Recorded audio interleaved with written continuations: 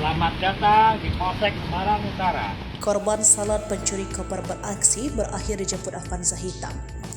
Tampang dua pencuri koper di stasiun Tawang Semarang tertangkap kamera saat digelandang di Polsek Semarang Utara Sabtu 22 Juli 2023. Keduanya adalah Febrianto 35 tahun warga Kebumen dan Irwan Prasetyo 34 tahun warga Gunung Kidul, Yogyakarta.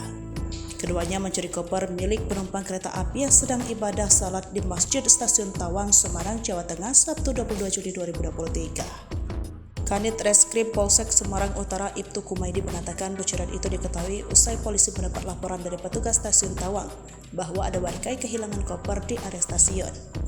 Pencuri itu berawal saat Irwan memberitahu Febrianto bahwa ada koper yang ditinggal penumpang di halaman masjid.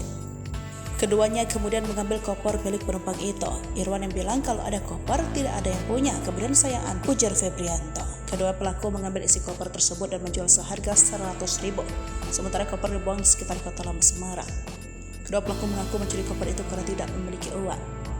Keduanya sudah 4 hari tidur di masjid. Sementara manajer Humas Dops 4 Semarang, Ikhvan Hendri Bintodo, mengatakan pencurian terjadi pukul 6. Saat itu ada penumpang yang kehilangan kopernya. Petugas kemudian melihat rekaman kamera CCTV dan mendapati dua pelaku membawa lari koper tersebut.